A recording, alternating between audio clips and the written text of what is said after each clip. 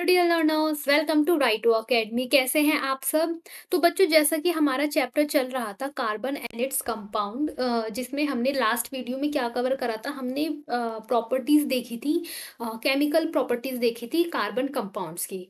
ठीक है। आज की क्लास में हम कवर करने वाले हैं, पढ़ने वाले हैं कुछ इम्पॉर्टेंट कार्बन कंपाउंड की, यानी कि कुछ बेसिकली ऐसे कार्बन कंपाउंड की जो कि हमारे लाइफ में यूजफुल रहती है, बहुत यूजफुल भी रहती हैं और हार्मफुल भी रहती हैं, दोनों चीजें रहती हैं।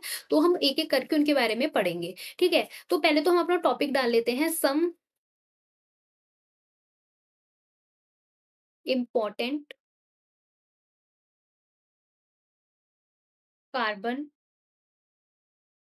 Compound compounds. ठीक है। तो टॉपिक हमारा रहने वाला है सम का इम्पोर्टेंट कार्बन कंपाउंड्स। अब मोटा मोटा अगर मैं बताऊं तो हम यहाँ पे दो ही इम्पोर्टेंट कार्बन कंपाउंड्स को डिस्कस करने वाले हैं। मैं उनकी नेम भी लिख देती हूँ। पहला हम पढ़ेंगे इथेनॉल। इथेनॉल। सेकंड हम पढ़ेंगे इथेनोइक एसिड। Ethanoic acid. अब इथेनॉल का बच्चों मैं बताऊं तो यहाँ पे हमारा फंक्शनल ग्रुप क्या है, अल्कोहल है। और हमारा अल्कोहल का जो नेम होता है, सफिक्स में जो हमने पढ़ा था, इससे पहली वाली वीडियो में नॉमेनक्लेचर में हमने देखा था, वहां पे हम लिखते हैं ओ एल। इसे कंफ्यूज नहीं, इसको कंफ्यूज नहीं करना है एल के साथ, जो कि हमारा एल्डिहाइड का होता है। अल्कोहल का अगर मैं आपको सिंबल बताऊं तो वो होता है हमारा ओ एच। और वहीं पे अगर मैं कार्बोक्सिलिक एसिड का बताऊं तो वो होता है हमारा C double O O H. और ये कनेक्ट होता है किससे एक कार्बन कंपाउंड से, किसी कार्बन चेन से कनेक्ट होता है। ठीक है। So let's discuss first compound which is what, ethanol. Ethanol. ठीक है। तो हम यहाँ पे इसका फॉर्मूला लिख देते हैं। इथेनॉल का फॉर्मूला होता है CH3CH2OH। ठीक है बच्चों। अब अगर मैं इसे थोड़ा खुल के बनाऊं, लाइक मैं अगर इसमें बॉन्ड वगैरह दिखाना चाहूँ तो मैं कैसे बनाऊंगी? हाँ, सबसे पहले आपको क्या होना था, मैंने बताया है रूल्स क्या। सबसे पहले आपको कार्बन का ही जो है बनाना है, और उसके बाद आपको कंप्लीट करने हैं उसके बॉन्ड्स। तो जैसे इसने एक बॉन्ड बना रखा है, आप इसके तीन बनाओगे हाइड्रोजन। राइट। अब आप बीच वाले ने पहले से 2 हैं तो आप इसके 2 हाइड्रोजन बनाओगे, एक ऊपर एक नीचे। और यहाँ OH तो लगा ही है। ठीक है। अब आप देखोगे अगर कि इसके ऑक्टेट पूरा है या नहीं, तो आप पहला वाला का देखोगे, इसने 4 बॉन्ड बना रखे हैं, इसका पूरा है। सेकंड वाले का देखोगे, इसके 4 बॉन्ड है, इसका पूरा है। अगर आप ऑक्सीजन का देखोगे, अगर आपको याद होगा, मैंने CH4 का, मीथेन का आपको स्ट्रक्चर पढ़ाने से पहले काफ़ी सारे मॉलिक्यूल्स का स्ट्रक्चर पढ़ाया था, जिसमें हमने O के बारे में भी पढ़ा था, O2 के बारे में पढ़ा था और H2O के बारे में पढ़ा था, जहाँ पे हमें ये पता चला था कि O हमारा ऑक्टेट पूरा करने के लिए 2 बॉन्ड बनाता है। तो यहाँ पे O ने भी 2 बॉन्ड बना रखे हैं, तो ये भी जो है इसका ऑक्टेट भी पूरा है। अब यहाँ पे ये एक इम्पॉर्टेंट चीज़ मैं आपको बताना चाहती हूँ कि कभी-कभार एग्ज़ाम में आपसे पूछा गया होता है, बोला गया होता है कि आप खुलकर स्ट्रक्चर बनाएँ, यानी बॉन्ड शो करें। क्योंकि ये वाला जो स्ट्रक्चर है, देखो यहाँ पे इस वाले में और इस वाले में अंतर क्या है, ये आपको नॉर्मल मैंने फ़ॉर्मूला लिख रखा है, राइट? बट जो सेकंड वाला है, ये वाला, इसमें यहाँ पे मैंने इस ही फ़ॉर्मूले को खुलकर दिखाया हुआ है, बॉन्डिंग्स दिखाई हुई है। जैसे कि जो चीज़ मैं अभी आपको बता रही थी कि कार्बन के चारों हैं, दोनों कार्बन के चारों हैं, ऑक्सीजन के 2 हैं, तो वो चीज़ यहाँ पे अच्छे से शो हो रही है। कभी क्योंकि मुझे ऐसा याद है, जब हमारे टाइम पे जब हम थे क्लास में, तो ऐसा क्वेश्चन पूछा गया था और एक बच्ची केवल ये फॉर्मूला लिख कर आ गई थी और उसे लग रहा था कि उसका तो आंसर सही होगा। बट जब कॉपी दिखाई गई तो पता चला कि नहीं, वहाँ पे ऐसे खुलकर बनाना था, इस तरीके से बनाना था, तो तब उसका जो है मार्क्स कट गए थे। तो वो चीज़ मुझे अभी याद आई, तो मैंने आपको बता दी। तो इस चीज़ को आप माइंड में रखना कि आपसे क्वेश्चन में पूछा क्या जा रहा है। ठीक है बच्चों। अब हम अपना वापस आ जाते हैं इथेनॉल पे, और एक-एक करके हम इसकी प्रॉपर्टीज़ को समझते हैं कि हमारा इथेनॉल क्या होता है, कैसे होता है, क्या-क्या इसमें चीज़ें होती हैं। तो पहला पॉइंट इथेनॉल का ये होता है बच्चों कि ये तो आपका पहले बात तो लिक्विड होता है at room temperature. At room temperature. ठीक है। आपका लिक्विड फॉर्म, यानी कि जैसे पानी लिक्विड होता है, स्टेट होती है ना लिक्विड, तो आपका ये जो है लिक्विड स्टेट में मिलता है एट रूम टेम्परेचर। दूसरी चीज क्या होती है बच्चों, ये हमारा मेन इंग्रेडिएंट होता है, किसका मेन इंग्रेडिएंट होता है ऑफ एल्कोहल। एल्कोहल। एल्कोहल बच्चों देखो, केमिकल नेम आपको पता है इंग्लिश में अल्कोहल बोलते हो और हिंदी में आप लोग क्या बोलते हो? शराब बोलते हो। तो हिंदी में जो आपकी शराब होती है, जो शराब पीने से आप देखते होंगे एक नशा-सा चढ़ता है, वो आपका किसकी वज़ह से होता है? केमिस्ट्री में केमिकली अगर आप as a student of science उसका जो फ़ॉर्मूला देखोगे वो आपका क्या होता है? यही होता है, इथेनॉल होता है। अब इथेनॉल के बारे में आपको यहाँ पे 2 चीज़ जाननी ज़रूरी है, वो हम क्या जानते हैं? देखो, इथेनॉल हमारे पास 2 फ़ॉर्म में मिलता है। एक होता है डाइल्यूट, एक होता है क्या? डाइल्यूट और एक होता है हमारा कंसंट्रेटेड, कंसंट्रेटेड, ठीक है? अब जो डाइल्यूट होता है बच्चों वही होता है हमारा क्या? अल्कोहल, जिसे पी के जो हिंदी में जिसे शराब बोलते हैं, जिसे पी के नशा चढ़ता है, जिसे इंग्लिश में बोलते हैं ड्रंकनेस, यानी कि जो नशा चढ़ने वाली बात होती है, वो हमारी क्या होती है? डाइल्यूट वाली बात होती है। वहीं पर अगर आपने इथेनॉल कंसंट्रेटेड ले लिया ना और गलती से इसे पी लिया, तो फिर तो आपका हो गया काम, बिकॉज़ ये एक तरीके से डेथ के लिए होता है, डेथ ही समझ लो। आप देखते हो ना कि एसिड कितना ज़्यादा खतरनाक होता है। कभी-कभार हमारे घरों में जो पाइप ब्लॉक हो जाते हैं, हम लोग उसे सही करने के लिए क्या बोलते हैं कि एसिड ले आओ, एसिड डालेंगे तो सही हो जाएगा। पाइप ऐसा होता है कुछ घरों में, तो हमारा जो एसिड होता है वो बहुत ज़्यादा खतरनाक होता है। जब हमें कुछ चीज़ खराब करनी होती है, कुछ चीज़ को गलाना होता है, तो हम एसिड खरीद के लाते हैं। तो इट इज़ वेरी डेंजरस। मैं यहाँ पे एक वर्ड यूज़ करूँगी lethal, very harmful to the health. मतलब इसको तो आपको पीना ही नहीं है, इसको तो मतलब यूज़ ही नहीं करना। Concentrated is so dangerous. आप जो शराब पीते हो, जो आप हिंदी में जिसे हम शराब बोलते हैं और साइंस में उसका केमिकली जो फॉर्मूला होता है वो होता है इथेनॉल, वो आपका होता है डाइल्यूट, ना कि कंसंट्रेटेड। ठीक है? यहीं पर मैं आपको एक कंपाउंड और होता है मिथेनॉल। अब ये मिथेनॉल क्या है? आपने अगर नेमिंग अच्छे से पढ़ी होगी, जो रूल्स मैंने आपको बताए थे, तो मैंने उसमें आपको ये बताया था कि आपका ये जो इथ वर्ड होता है ये 2 के लिए होता है, यानी कि कार्बन इज इक्वल टू 2 होता है। और जब आपका कार्बन इज इक्वल टू 1 होता है तब आपका यूज होता है व्हाट? With word. तो बेसिकली इथेनॉल का फॉर्मूला तो मैंने यहाँ पे लिख ही दिया है पीछे, CH3CH2OH।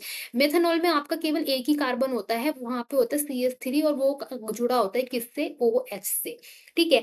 अब मेथनॉल के बारे में आपको जानना ये ज़रूरी है कि मेथनॉल तो आपको बिल्कुल ही नहीं लेना चाहिए, बिल्कुल भी नहीं लेना चाहिए। क्यों? क्योंकि अगर मान लो आपने मेथनॉल को आपने ले लिया तो ये क्या करता है, लीवर में जाके ऑक्सीडाइज़ हो जाता है। ऑक्सीडाइज़ हो जाता है किसमें? मिथेनॉल में, किसमें? एल्डिहाइड में। ये देखो मैंने यहाँ पे क्या लिखा? मिथेनॉल यानी OL, बाद में ये ऑक्सीडाइज़ होके क्या बन जाता है? मिथेनॉल यानी AL में बन जाता है, एल्डिहाइड में बन जाता है। ये बन जाएगा CH3 C double bond OH। ये जो फ़ॉर्मूला होता है ये हमारा होता है किसका? एल्डिहाइड का होता है। ये वाला फ़ॉर्मूला हमारा होता है एल्डिहाइड का। तो ये अल्कोहल से क्या बन जाता है? ये बन जाता है मिथेनॉल। अब ये मिथेनॉल क्या करता है? जैसे आप एग को बॉयल करते हो, तो एग जो है पहले लिक्विड फॉर्म में होता है, उसे बॉयल करने के बाद वो सॉलिड फॉर्म में आ जाता है। वैसे ही ये मिथेनॉल हमारी बॉडी में सेल की प्रोटोप्लाज़्म को वो हम उसको कोगुलेट कर देता है। ठीक है? तो उसको अ, ब इस तरीके से जैसे एग हमारा कोगुलेट हो जाता है, वैसे ही हमारा जो है प्रोटोप्लाज़्म भी कोगुलेट हो जाता है। तो वो क्या होता है, वो एक बहुत डेंजरस स्थिति बन जाती है। इट इज़ ऑल्सो एक क्या है ये डेथ की के बोलूँगी मैं कि ये डेथ की तरफ मतलब डेथ ही हो जाती है, तरफ क्या, ठीक है? तो व्हाई मेथनॉल इतना डेंजरस होता है, मैंने आपको ये चीज़ आपको यहाँ पे बता दी है। ठीक है बच्चों? ओके। तो ये था हमारा क्या इथेनॉल के बारे में। अब हम क्या करेंगे, हम थोड़ा इथेनॉल की केमिकल प्रॉपर्टीज़ को भी समझ लेते हैं। ये सब हमने क्या पढ़ा, इन जनरल कुछ बातें पढ़ी हैं। अच्छा यहाँ पे एक चीज़ और बताना चाहूँगी कि ये हमारा एज़ अ सॉल्वेंट भी यूज़ होता है, एज़ अ सॉल्वेंट भी यूज़ होता है। एज़ अ सॉल्वेंट यूज़ होता है, फिर उसको हम मेडिसिन में यूज़ करते हैं, टिंचर ऑफ आयोडीन में यूज़ होता है, कफ की मेडिसिन में ये यूज़ होता है। तो ये एज़ अ सॉल्वेंट यूज़ होता है, मेडिसिन यूज़ होता है, बहुत सारे इसके यूज़ रहते हैं। ये एज़ अ फ्यूल भी यूज़ होता है बच्चों, एज़ अ फ्यूल भी जो हमारा अल्कोहल है, वो एज़ अ फ्यूल भी यूज़ होता है।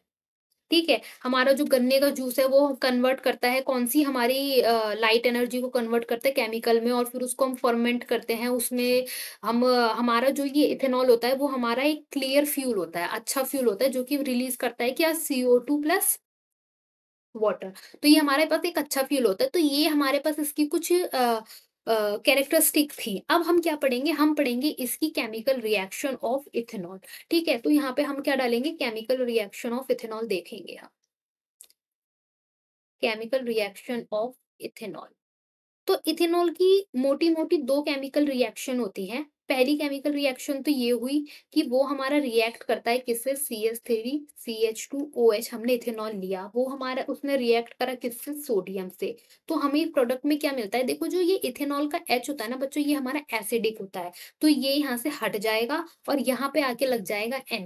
क्या फॉर्म होएगा हमारा, CH2CH3CH2ONA हमारा फॉर्म होगा। अगर मैं आयन्स की शॉर्ट पे दिखाऊँ तो ये O के पास नेगेटिव होगा और Na के पास हमारा पॉजिटिव होगा। ये इस तरीके से आयन बनेगा और हमारा रिलीज़ होगा यहाँ पे क्या, H2O। H2 हमारा H2O नहीं, सॉरी, H2 यानी कि हाइड्रोजन गैस हमारी यहाँ पे क्या होगी, इवॉल्व होगी। इसकी सेकंड केमिकल रिएक्शन हमारी होती है बच्चों कि ये क्या होता है, CH2COH। अगर आप इसे बहुत हाई टेम्परेचर पे, हाई टेम्परेचर कौन-सा, 443 केल्विन पे अगर आप इसको हीट करते हो, तो और किसकी प्रेज़ेंस में, कंसंट्रेटेड H2SO4। कंसंट्रेटेड H2SO4 बच्चों बहुत ही ज़्यादा क्या होता है, हमारा स्ट्रॉन्ग एसिड होता है। तो जब आपके पास ये दोनों ही चीज़ें होती हैं, 443 केल्विन टेम्परेचर भी होता है और कंसंट्रेटेड H2SO4 भी होता है, तो उस केस में आपका ये जो अल्कोहल है ये कन्वर्ट हो जाता है किसमें, एल्कीन में कन्वर्ट हो जाता है, यानी डबल बॉन्ड में कन्वर्ट हो जाता है। अभी ये एल्केन है यानी कि यहाँ पे सिंगल बॉन्ड है। ये कन्वर्ट हो जाएगा सिंगल बॉन्ड कैसे, मैंने आपको इसका स्ट्रक्चर बना के अभी दिखाया था। ये देखो, ये इसका स्ट्रक्चर है जो मैंने खुल के बनाया। आप देखो यहाँ पे कहीं पर भी डबल बॉन्ड नहीं, तो ये हमारे पास क्या हुआ, ये हमारे पास एल्केन है। ठीक है, वही चीज मैंने यहाँ पे लिखी है कि ये हमारे पास एल्केन होता है, बट इसकी इस तरीके से रिएक्शन कराने में ये हमारा कन्वर्ट हो जाता है CH2 डबल बॉन्ड CH2, ये हमारा बन गया क्या, एल्कीन। और साथ में यहाँ पे हमारा रिलीज हुआ क्या, H2O हमारा यहाँ पे क्या होता है, रिलीज होता है। तो ये जो है हमारी 2 केमिकल रिएक्शन होती है किसकी, इथेनॉल की। इथेनॉल की हमने क्या कैरेक्टरिस्टिक्स के बारे में भी पढ़ लिया है, ठीक है। अब हम मूव करते हैं अपना सेकंड कंपाउंड जो था हमारा क्या, इथेनोइक एसिड। इथेनोइक एसिड हमारा जो था दूसरा कंपाउंड था। अगेन मैं इसका भी फॉर्मूला लिखती हूँ, CH3C डबल बॉन्ड OH। ठीक है बच्चों, ये यहाँ पे इत हो गया। देखो कार्बन यहाँ पे कितने हैं, 1 2, तो ये हमारे पास यहाँ पे 2 हो गया। अगर मैं इसका आपको खुल के स्ट्रक्चर लिख कर दिखाऊं तो आप पहले ऐसे बना दोगे, इसका आपका फॉर्मूला लगा दो किसका, फंक्शनल ग्रुप का जो हमारा COOH है। देन आप इस कार्बन की ऑक्टेट पूरा करो, कैसे, 3 बॉन्ड 4 बॉन्ड बनाता है। आपने एक इसने पहले बना रखा था, 3 आपने हाइड्रोजन इससे अटैच कर दिया। कार्बन यहाँ पे 2 है, तो दैट वाई इसमें वर्ड क्या लगा है, इथ वर्ड लगा है। और ओइक एसिड तो हमारा किसके लिए होता है, हमारा कार्बोक्सिलिक एसिड फंक्शनल ग्रुप के लिए। हमने सफिक्स में जब हम नोमेनक्लेचर पढ़ रहे थे तब हमने पढ़ा था कि ओइक एसिड हम वहाँ पे ऐड करते हैं, ठीक है। अब हम इसकी प्रॉपर्टी के बारे में बात करें बच्चों, तो इसकी पहली प्रॉपर्टी होती है कि इसका जो फ्रीजिंग पॉइंट होता है वो होता है हमारा, फ्रीजिंग पॉइंट होता है, क्या होता है, फ्रीजिंग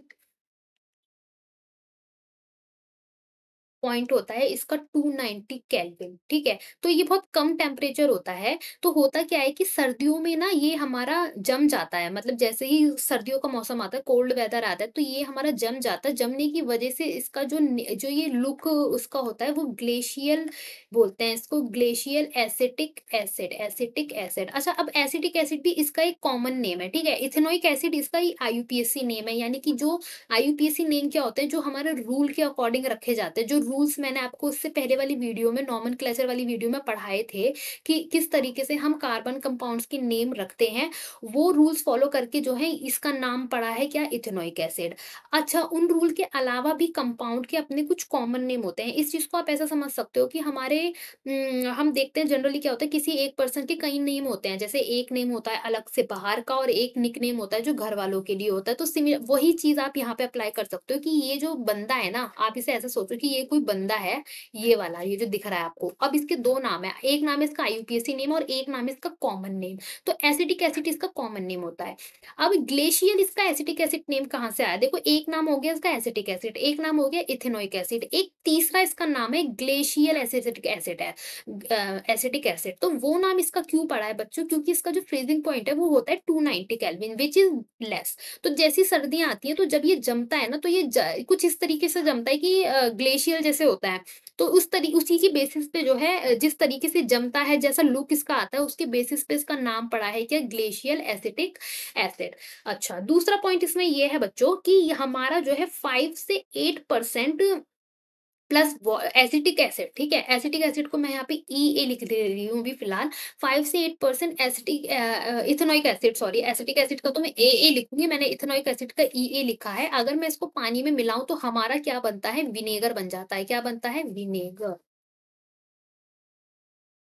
विनेगर हमारा फ़ॉर्म हो जाता है, ठीक है? अब ये विनेगर क्या होता है? इस विनेगर का क्या यूज़ होता है? जैसे आप अचार वगैरह बनाते हो, तो अचार में आपने क्या रखते हो? आप अचार में अचार जिस उसमें डूब के रहता है वो हमारे पास विनेगर ही होता है, ताकि वो खराब ना हो, लंबे टाइम तक चले, तो वो चीज़ हमारे पास क्या होती है, वहाँ होती है हमारे पास विनेगर। अच्छा, एसिडिटी की अगर मैं बात करूँ, एसिडिक नेचर की बात करूँ, तो इथेनोइक एसिड हमारा ज़्यादा एसिडिक होता है as compare to what? Alcohol. ठीक है? तो ये थी कुछ हमारे पास इसकी क्या कैरेक्टरिस्टिक थी, जैसे हमने अल्कोहल की पढ़ी थी, इथेनॉल की पढ़ी थी, ठीक है? अब हम देख लेते हैं इसके कुछ केमिकल रिएक्शंस, ठीक है?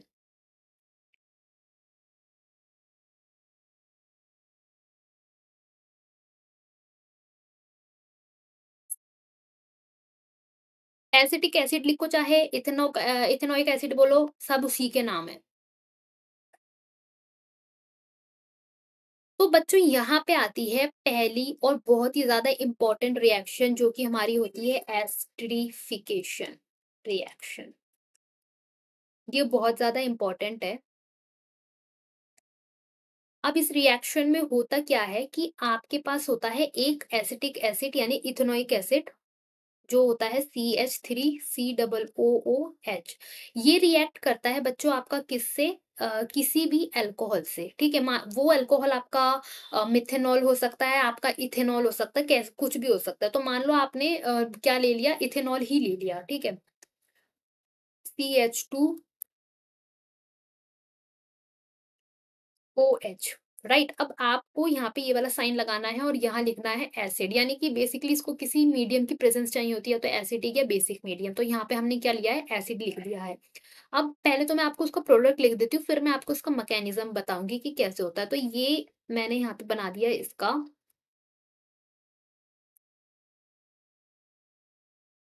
प्रोडक्ट, और ये हमारे पास होता है क्या? एस्टर। ठीक है, अब हम क्या करते हैं, हम एक बार इसका मैकेनिज्म देख लेते हैं। तो होता क्या है बच्चों, ये मेरे पास था, एक तरफ था मेरे पास C double bond O H, ये मेरे पास एसिड था। अब मैं क्या करती हूँ, मैं अल्कोहल को उल्टा लिखूंगी, मैं ऐसे लिखूंगी CH2CH3। देखो मैं आगे आपको दिखा देती हूँ एक बार। ये वाला जो एसिड है, मैंने इसको खुल के क्या लिखा? CH3COOH को मैंने ऐसे लिखा COOOH, ठीक है? अब फिर मैंने आपको ये क्या लिखा? अल्कोहल। देखो CH3CH2OH, मैंने इसको जस्ट उल्टा लिख दिया। मैंने पहले लिखा OHCH2CH3, मैंने ये लिखा OHCH2CH3, मैंने बेसिकली उसको उल्टा लिख दिया। क्यों? क्योंकि मेरे को आपको मैकेनिज्म समझानी है। तो इसकी मैकेनिज्म में होता क्या है कि ये एसिटिक एसिड एक अच्छा एसिड होता है, ये ज्यादा एसिडिक होता है, किससे? हमारे अल्कोहल से। तो ये हमारे पास रिलीज करेगा क्या? अपना H। जो एसिड होते हैं वो हमारे रिलीज करते हैं H+, ठीक है? तो ये देगा अपना H+, और O यहाँ से अल्कोहल से आएगा हमारा OH। तो ये दोनों क्या करेंगे? ऐसे करके फॉर्म कर लेंगे वाटर। देखो H2O, दो H आ गया ना, एक H आ गया आपका अल्कोहल का, और एक H आ गया आपका एसिड का, और O आ गया आपका अल्कोहल का। तो जब आपका इसका प्रोडक्ट बनाओगे, तो वहाँ पे आपका जो है अलग से लिखा जाएगा H2O। चलो मैं पहले H2O ही लिख देती हूँ, क्योंकि हमने क्या है, H2O को अलग कर दिया। अब ये दोनों तो अलग हो गए, और ये जो O है ये जुड़ जाता है किसके साथ? इसके साथ। ये दोनों बीच का तो हट गया, अलग से H2O जो है बन गया। यहाँ पे क्या होगा, ये दोनों बॉन्ड बना लेंगे बीच में, कैसे? यही सब लिखूंगी मैं, CH3C डबल बॉन्ड O। अब ये O बॉन्ड बनाएगा इस वाले CH2 से और CH3 से। अब आप देखो CH3COOO, अब जो एस्टर होता है ना बच्चों, उसका क्या क्या फॉर्मूला होता है? उसका फॉर्मूला आ गया ये। जैसे एसिड का फॉर्मूला हमने क्या लिखा? C double bond OH, alcohol का OH। वैसे ही हमारा जो एस्टर होता है उसका फॉर्मूला होता है C डबल बॉन्ड C, बस O। ये इतना होता है COO, और बाकी ये अटैच होता है किसी R से, यानी किसी एल्काइल ग्रुप से। ठीक है बच्चों? तो ये हमारा बन चुका है क्या? एस्टर बन चुका है। अब आप देखो मैंने यही तो प्रोडक्ट लिखा है यहाँ पे, CH3COO CH2CH3, मैंने यही लिखा है यहाँ पे, देखो CH3COO CH2CH3 एस्टर, और यहाँ पे साइड में रिलीज होगा हमारा क्या? वाटर। ठीक है, मैं यहाँ पे प्लस में H2O ऊपर लिख देती हूँ। साइड में हमारा क्या रिलीज हो गया है यहाँ पे?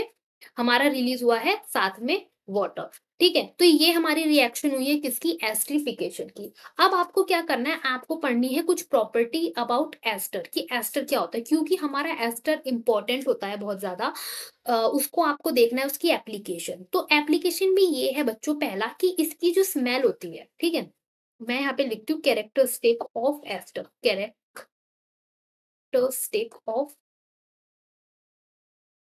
एस्टर, ठीक है? एस्टर की हमारी क्या-क्या कैरेक्टरिस्टिक होती है? तो पहली कैरेक्टरिस्टिक होती है बच्चों इसकी स्मेल बहुत अच्छी होती है। Smell is so good, smell अच्छी होती है जिसकी वजह से क्या होता है ये यूज़ होता है किसमें? परफ्यूम में, यूज्ड इन परफ्यूम। अच्छी स्मेल की वजह से परफ्यूम में जो है ये यूज़ होता है अ क्या? एस्टर, ठीक है? तो ये हमारे पास इसकी क्या होगी कैरेक्टरिस्टिक कह लो, कैरेक्टरिस्टिक कह लो और इसका क्या है एस्टर का यूज़ है। इस रिएक्शन को कौन-सी रिएक्शन जब आपका एसिड रिएक्ट करता है अल्कोहल से, इस रिएक्शन को आप क्या कहते हो? आप कहते हो इसको एस्टिफिकेशन रिएक्शन भी कहते हो, ठीक है? तो ये आपका क्या है परफ्यूम में यूज़ होता है एंड फ्लेवरिंग एजेंट में भी यूज़ होता है। फ्लेवरिंग एजेंट में भी आपका ये यूज़ होता है क्या? एस्टर, ठीक है? तो यहाँ पे आपका इसकी पहली रिएक्शन हो गई किसकी? एसिड की। अब आपका दूसरी रिएक्शन होगी किसके साथ? NaOH के साथ। आपने रिएक्शन कहाँ लिखी? हाँ, आपकी पहली रिएक्शन हो गई एस्टरिफिकेशन की, राइट? अब आप सेकंड रिएक्शन देखोगे, अ, सेकंड रिएक्शन देखोगे कौन-सी? जहाँ पे आपका एसिड जो है वो रिएक्ट करेगा NaOH के साथ, NaOH के साथ। तो बच्चों अब होता क्या है, यहाँ पे जो आपका ये तो हो गया एसिड और ये हो गया बेस। तो एसिड और बेस जब आपका रिएक्ट करेंगे तो वो एक सॉल्ट बनाते हैं और साथ में रिलीज़ होता है वाटर।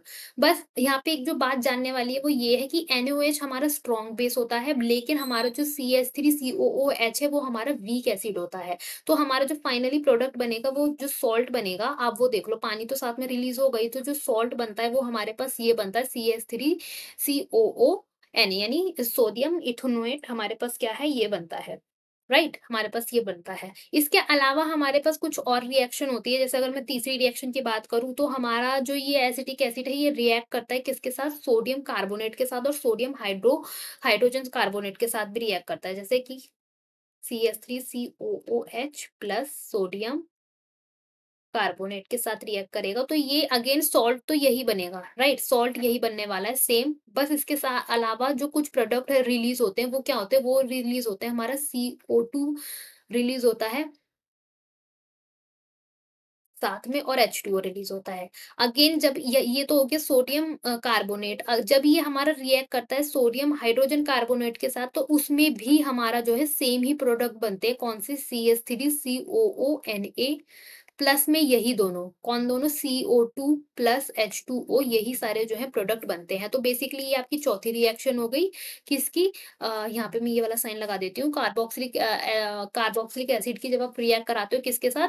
सोडियम, देखो ये सोडियम कार्बोनेट हो गया, सोडियम हाइड्रोक्साइड हो गया, सोडियम हाइड्रोजन कार्बोनेट हो गया, ये तीनों ही बेस होते हैं बेसिकली। तो ये हो गया आपका एसिड और ये हो गए बेस। तो एसिड की जो बेस के साथ रिएक्शन होगी तो वो कैसी रिएक्शन होगी? ये आपको पहले भी पढ़ाया गया है कि आपको सॉल्ट फॉर्म होता है, उसके साथ आपका क्या रिलीज़ होता है? वाटर रिलीज़ होता है। और क्योंकि यहाँ पे कार्बन आ गया है तो कार्बन आ गया है तो इस वज़ह से यहाँ पे क्या रिलीज़ हो रहा है? CO2 भी आपका जो है साथ में रिलीज़ हो रहा है। ठीक है बच्चों? तो ये थे हमारे 2 कार्बन के इम्पोर्टेंट कंपाउंड जिनको आपको पढ़ना था। पहले आपने उनके बारे में पढ़ा, उनका फ़ॉर्मूला पढ़ा, उनका कैरेक्टरिस्टिक पढ़ी, फिर उनका जो है केमिकल रिएक्शंस को भी आपने देखा है। अब फाइनली हम क्या पढ़ने वाले हैं? हम अपना टॉपिक स्टार्ट करने वाले हैं क्या? जो कि हमारा लास्ट टॉपिक भी है इस चैप्टर का and that is soap and detergent. Detergent.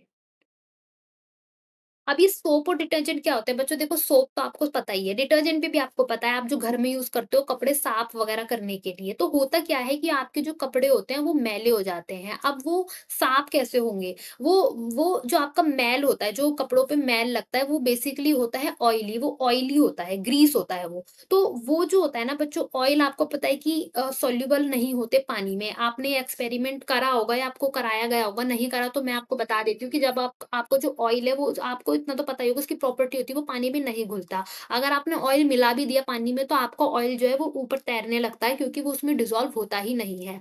Polar और नॉन पोलर एक-दूसरे में डिज़ॉल्व नहीं होते। तो वाटर हमारा पोलर हो गया और ऑयल हमारा नॉन पोलर में आ जाता है। ठीक है? तो वो उसमें डिज़ॉल्व नहीं होते। तो यही चीज़ होती है हमारे कपड़ों के साथ जब हमारे कपड़ों में हमारा जो गंदे हो जाते हैं, उनमें डस्ट लग जाती है, ग्रीस लग जाता है, तो वो हमारे पास क्या होता है, मैं यहाँ पे लिख देती हूँ, ठीक है? जो हमारे क्लॉथ का डस्ट होता है, ठीक है? हमारा जो क्लॉथ का डस्ट होता है, वो हमारा क्या होता है, वो ऑयली होता है या ग्रीस बोलते हैं उसे, दैट इज़ ऑयली और ग्रीस। ठीक है? तो अब हमारा क्या है कि ये नॉर्मल अगर आप इसे पानी में डालोगे तो ये पानी में सॉल्यूबल होगा ही नहीं, तो कैसे साफ़ होंगे फिर हमारे कपड़े? तो हमारे कपड़े साफ़ होते हैं किससे? With the help of soap and detergent. तो हमें अब सोप का को पढ़ना है कि सोप हमारा बेसिकली होता क्या है और हमारा ये वर्क कैसे करता है। तो बच्चों ये जो रिएक्शन आपको मैंने पढ़ाई थी ना एस्टरीफिकेशन, ये ऐसे ही नहीं पढ़ाई थी। Esterification is very important reaction क्योंकि आपका जो सोप का फॉर्मेशन होता है वो यहीं से होता है। होता क्या है कि ये जो आपका एस्टर जो फॉर्म हुआ है ना, जब आप इसको रिएक्ट कराते हो किसी बेस के साथ या एसिड के साथ, तो आपको क्या मिलता है? आपको मिलता है अल्कोहल। आपको वापस से अल्कोहल मिल जाता है। जैसे कि अगर मैं यहाँ पे आपको लिख कर दिखाऊँ कि आपने क्या लिखा था? आपने लिखा था CH3COOCH2 CS2CS3 राइट? अब अगर आप मान लो आपने इसमें कोई बेस आपने जो है इसमें बेस ऐड कर दिया, तो फिर आप क्या करोगे कि आपका यहाँ पे क्या बनेगा CO, यहाँ पे Na आके जुड़ जाएगा और साथ में ऐड होएगा, साथ में क्या ऐड होएगा आपका अलग हो जाएगा अल्कोहल CH2 CH2OH। तो यही जो होता है बच्चों, ये जो आपका सोडियम का जो ये बना है, ये जो चीज़ बनी है आपकी, यही होती है सोप। मैं एक सेकंड दूसरे पेन से हाइलाइट करके दिखाती हूँ। ये जो आपका चीज़ बनी है, ये ही चीज़ होती है आपकी क्या बच्चों? सोप। अब बेसिकली सोप होते क्या हैं? अगर मैं सोप की आपको डेफिनेशन लिख के दिखाऊं, तो सोप हमारे बेसिकली यहाँ पे जैसे ये सोडियम लगा है ना बच्चों, ये सोडियम है Na, यहाँ पे पोटेशियम भी लग सकता है। तो सोप जो हमारे होते हैं सॉल्ट होते हैं। Soaps are salt of what? Soap are salt of sodium and potassium, या और लिख सकते हो सोडियम एंड पोटेशियम के हमारे जो होते हैं वो क्या होते हैं? सॉल्ट बोल लो या फिर ओएट। हम जब हमारा जो एस्टर होता है बच्चों, एस्टर ग्रुप जब हमारा लगता है तो हम उसे ओएट बोलते हैं। और दूसरी चीज़ जो यहाँ पे जानने वाली है वो ये है कि यहाँ तो केवल 2 ही हैं, 1-2। तो सोप में केवल 2 नहीं होते, सोप तो बहुत लंबी चेन होती है। सोप में होते हैं कम से कम आप मानो 10 से तो स्टार्ट ही होते हैं, 10 के बाद। ये क्या है? यहाँ पे 2 कार्बन है, यहाँ पे कार्बन इज़ इक्वल टू 2 है, बट सोप में आपके तो बहुत का soap is long carbon chain, आपका लंबी कार्बनों की चेन होती है, वहाँ तो आप 10 से स्टार्टिंग ही मानो कार्बनों की, ठीक है? यहाँ पे आपके 2 हैं और वहाँ पे आपके 10 से तो स्टार्टिंग मानो आप सोप की, तो ये होता है। तो सोप जो होते हैं वो आपके ब सोडियम और पोटेशियम के तो होते ही हैं, बट बहुत लंबी चेन के होते हैं। Salt of sodium and potassium, but बहुत ही ज़्यादा लंबी चेनों के जो होते हैं वो सॉल्ट होते हैं, ठीक है? तो ये तो पढ़ लिया आपने इनका फ़ॉर्मूला क्या होता है। अब आपको देखनी है कि इनकी वर्किंग कैसे होती है। किसकी वर्किंग? सोप की वर्किंग कैसे होती है, ठीक है? तो आप ये देखो कि ये जो सोप होता है ना बच्चों, इसमें आपके जो इसका स्ट्रक्चर होता है, इसके 2 पार्ट होते हैं। 2 पार्ट होते हैं, ठीक है? पहला पार्ट होता है इसका हाइड्रोफिलिक, यहाँ पे लिखती हूँ मैं। ये तो इसकी है वर्किंग, ठीक है? अब आप ये देख रहे हो कि इसमें क्या है, इसके 2 पार्ट होते हैं। पहला तो होता है इसका हाइड्रोफोबिक, दूसरा होता है इसका हाइड्रोफिलिक। ठीक है, हाइड्रोफोबिक, देखो फोबिक वर्ड है, फोबिक से आप किसको जोड़ सकते हो? इसको फोबिया, फोबिया वर्ड आपने सुना होगा, किसी को किसी चीज़ का डर जब होता है, ये मैंने हिंदी में लिख देती हूँ, किसी को किसी चीज़ का जब डर होता है, राइट? किसी को किसी चीज़ का जब डर होता है, डर को मैंने ऐसे लिखा है हिंदी में, तो फ़ोबिया वो चीज़ कहलाती है। तो यहाँ पे क्या है हाइड्रोफ़ोबिया यानी कि हाइड्रो यानी पानी का फ़ोबिया। तो बेसिकली जो सोप होता है ना, उसका जो स्ट्रक्चर होता है, उसके 2 पार्ट होते हैं। एक होता है हाइड्रोफ़ोबिक जिसको पानी का फ़ोबिया होता है, यानी पानी से हेट एक तरीके से समझ सकते हो, हेट होती है। हाइड्रोफिलिक क्या होती है, इसको प्यार होता है पानी के लिए, यानी कि ये हमारे पास पोलर समझ सकते हो आप। और जो दूसरा हाइड्रोफोबिक वाला होता है, वो पानी से उसका अटैचमेंट नहीं होता, वो रिपेल करता है पानी से। तो होता क्या है कि आपका जो ग्रीस है वो ऑयली होता है, वो मैंने आपको पहले ही बता दिया। तो जो हाइड्रोफोबिक वाला पार्ट है ना, वो जाके अटैच हो जाता है किससे? आपका ग्रीस से। यानी कि आपके जो डस्ट है उससे जाके जो है ये अटैच हो जाता है, और जो आपका पोलर वाला पार्ट है वो रहता है पानी की तरफ। तो अब मैं अगर आपको इसका स्ट्रक्चर बना के दिखाऊँ और मैं ये बोलूँ कि मानो ये जो मैंने येलो कलर से ना एक आपका जो है डस्ट ग्रीस को यानी कि ऑयल को जो है दिखाया है, ठीक है? आपको ऑयल को जो है दिखाया है। अब मुझे आपके पानी का वो बनाना है क्या? अ, सोप के पानी की नहीं, सॉरी, सोप का जो है वो बनाना है। तो वो मैं कैसे बनाऊँगी कि देखो एक ज़िगज़ैग करके आपको जो है वो बनानी होती है। 1 सेकंड।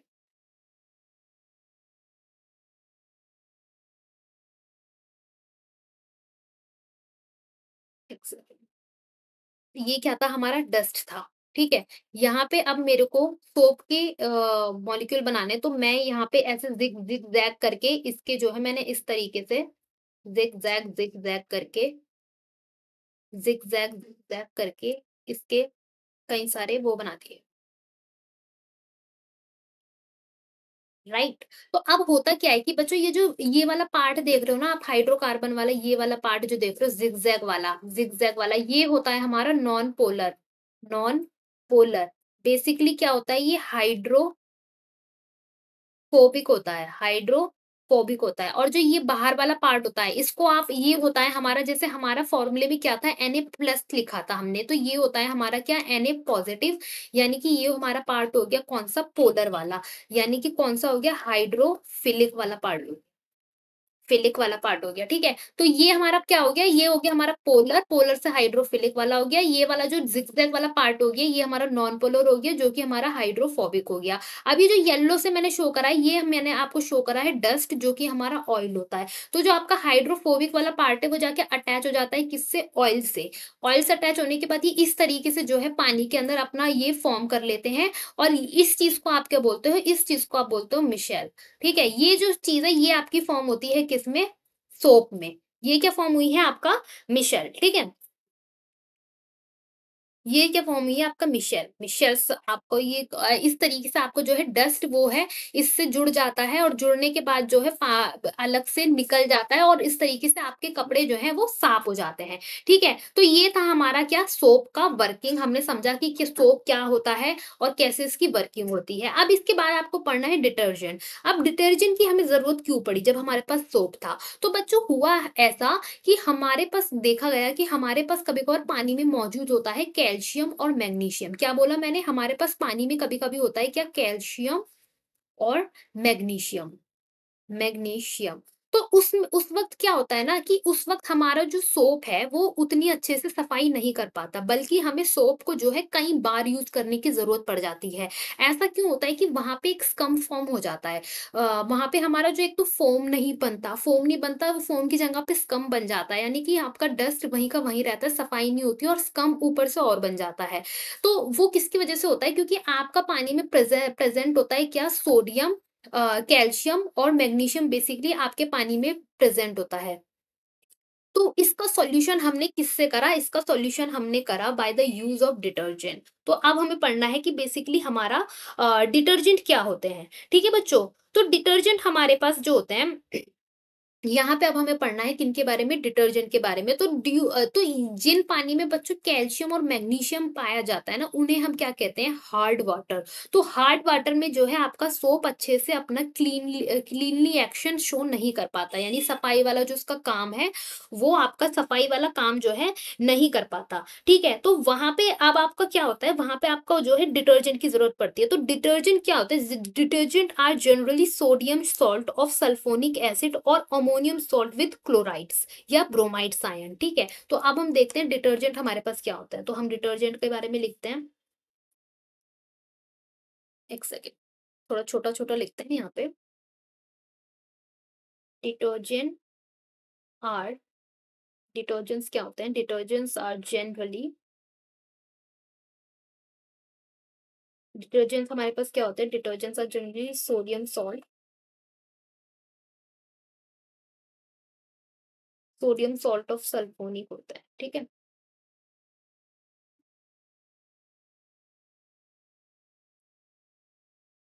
सल्फोनिक एसिड और अमोनियम salts with